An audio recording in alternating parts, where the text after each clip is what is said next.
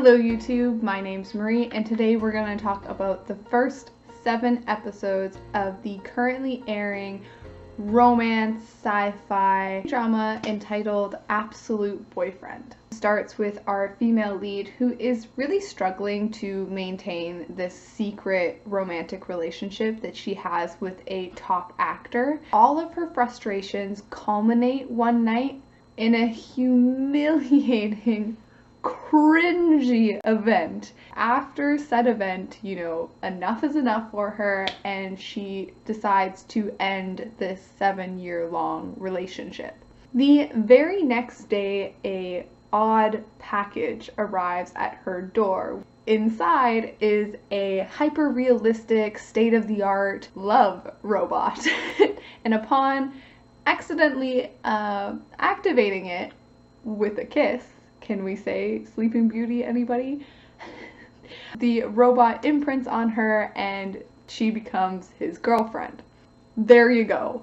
Plot. You have a too good to be true, perfect, attentive, attractive robot waiting hand and foot on this girl who couldn't be less interested in it because, she's heartbroken, she's raw, and her her top idol ex-boyfriend is still hanging around a little bit. Okay, let's get the obvious out of the way. Absolute Boyfriend, while it is entertaining to watch and it requires no real brain power to watch, it is not nearly as good as other shows within this sci-fi robot romance genre like I Am Not a Robot and Are You Human Too.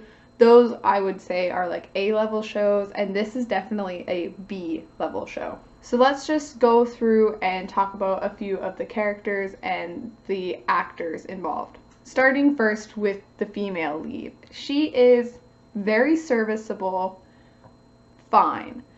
I have no real problems or gripes or strong feelings about her one way or the other, but I have a bit of an issue with the writing that goes along with this character. Every time I'm in a show or watching a show like this that has to do with like this hyper-realistic robot that is, self-learning and things like this, I don't understand the reactions to it within shows.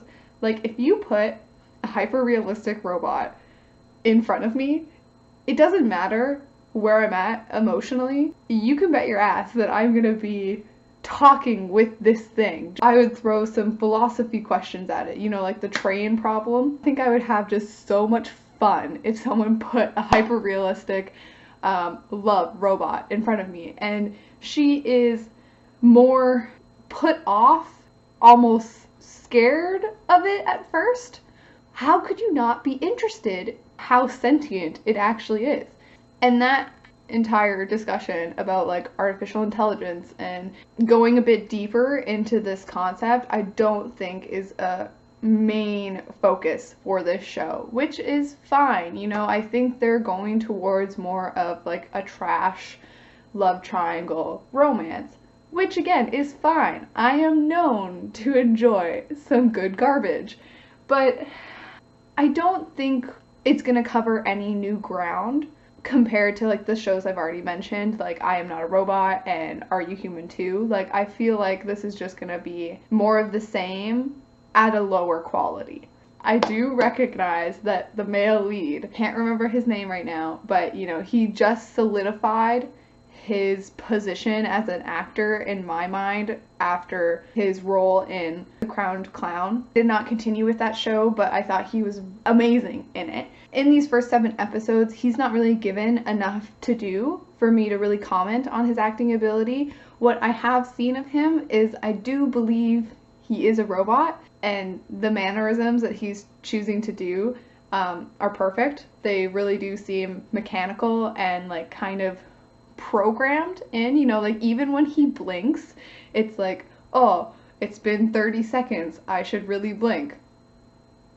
Like, it's so robotic, which is great, but again, in these first 7 episodes, the story hasn't moved the robot along very much. It's definitely focused on the female lead and like the drama in her life. And then you have the second male lead, you know, the ex-boyfriend, idol, actor, star guy. And we're getting a bit of hints in these last couple episodes, probably from episode 5, 6, 7, of something going on in his, can I say it? To do with a stalker. Could potentially turn violent stalker, and those plot lines always really intrigue me. So if I were to continue, I would be continuing in the hopes that they develop that plot line and to see where that goes, and then also in the hopes that the male lead, the robot, gets more screen time and more interesting arcs. But if you haven't guessed it already, I have decided to drop Absolute Boyfriend for now. Have a good day. Have a good night. Bye.